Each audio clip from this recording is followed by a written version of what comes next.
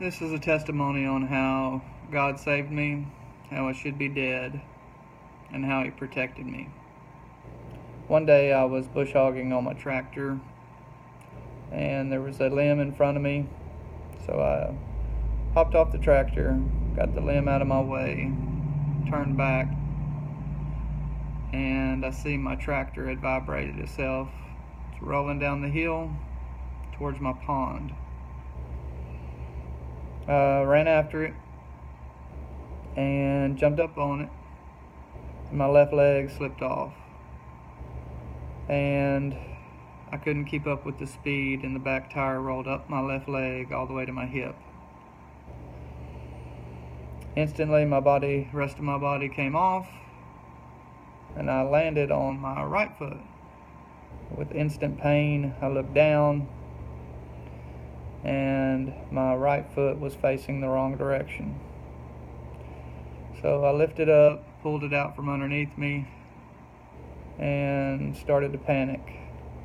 Told myself to calm down, think, and I throttled down the tractor, turned it off so someone could hear me scream for help. And right then I remembered my wife Stephanie was mowing. She wouldn't be able to hear me. I only have a couple more neighbors. They're a few hundred yards away.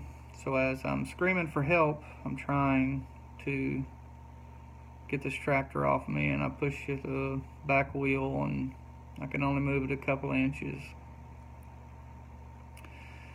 And later I found out Sonny, my neighbor, who's a few hundred yards away, was about to get on his mower, and he's an older man, and he heard me screaming.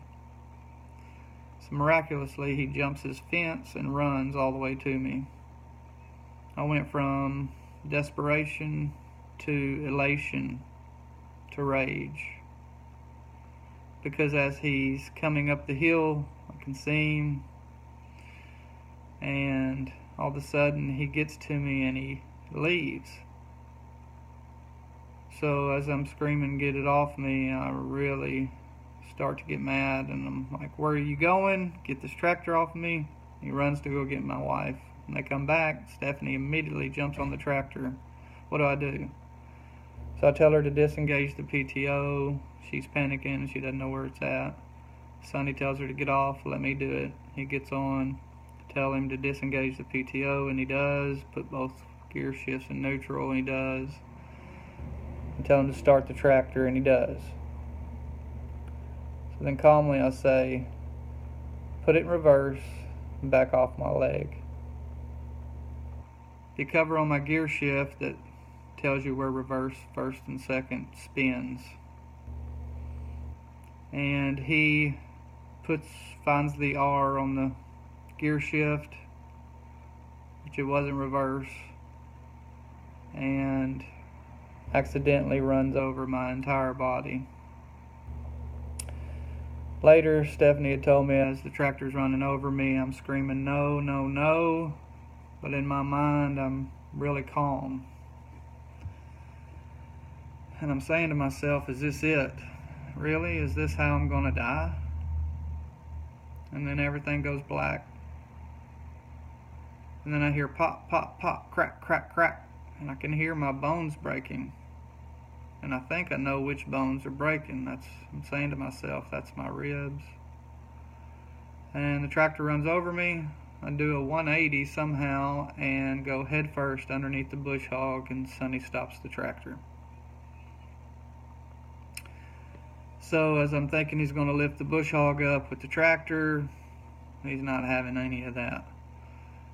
So him and Stephanie run to the back of the bush hog and proceed to pick up this 600-pound bush hog by hand. And as they're lifting it up, I'm army crawling out. And they can only hold it for so long, and it lands on the back of my neck. Tell them to get it off me. Pick it up again, it lands in the middle of my back. Third time, I pick it up, it lands on my butt. And I can clearly see that they're throwing their backs out. Stephanie has a bad back. Sonny is an older man. So I tell him I'm okay here, just take a rest. It's on my butt, it doesn't hurt. And I try to talk Sonny into lifting the bush hog up with the tractor. He's having none of the tractor. I mean, I can't blame him. And so they're giving each other a pep talk. Come on, we can do this, we can do this. And they lift it up. 1, 2, 3, lift. And they lift it up again. Arm would crawl out. And the lip of my boot with my dangled foot, my right foot, gets caught on the bush hog. So I finally talked Sonny into turning the tractor on, lifting up the bush hog. He does. Stephanie pulls my leg out. And then she immediately starts to cry. And I try to tell her that I'm okay. It's just some broke bones. I'm okay. Ambulance comes within about 15 minutes. And I have 10 pickup trucks in the pasture, first responders, everybody there to help. I call a helicopter, it lands in the pasture, and they whisk me away. So as I'm in the room where they're trauma room where they're diagnosing what all's wrong with me, I had a dislocated right ankle, broke it in 2 places, broke my leg just above it, 4 fractures in my pelvis, all the ribs on my right side fractured, some on my left. Miraculously, no head injury, no neck injury, no spinal injury.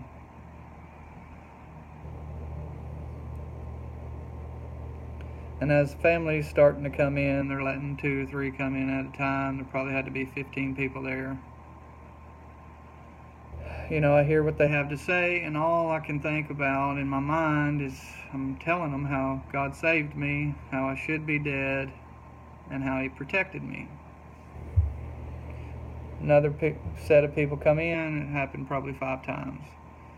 And that's all I wanted to say, all I could say, how God saved me, how I should be dead, how He protected me. I didn't think much of it until the next morning, Sunday morning, I had my pelvis surgery. After that, I felt like a new man. He put 3 screws in me, and I felt like a new man. I had all this energy, never took a nap that day, and everyone I came into contact with, all I could tell them was how God saved me, how I should be dead, how He protected me. I'm talking every nurse, doctor, x-ray tech, transport people who take me back to my mini x-rays from my room to the x-ray place. All day long, I couldn't stop saying it. God protected me. I should be dead, and how blessed I am. And my wife even commented, "Boy, you sure are testifying today." And I said, I can't stop saying it. Even if I want to, I couldn't stop. I truly believe the Holy Spirit was coming out in me. Somebody in that hospital needed to hear it. And like I said, it was as if I wasn't doing the talking. Couldn't stop saying it all day, all night. And that evening, one of the transport people taking me back from x-rays to my room, we stopped in front of my room, in front of the front door, and I don't know if she was signing me in or about to open the front door, and I'm telling her how blessed I am, how God saved me, and how I should be dead. And I'm staring at the back of her head, and all of a sudden, like all the background noise just goes silent. And she says to me, "Wow, that's one heck of a story you have to tell when you get out of here." And I'm staring at the back of her head, and those words just like hit me. They stuck to me and confirmed with me. I'm almost shaking my head, yeah. And I feel like God wanted me to hear that. Almost made all the noise go away so I could hear it clearly. And she opens the door, I go into my room. Second day, I'm already on my walker, walking around the room, sitting up. I sat in the chair for 8 hours.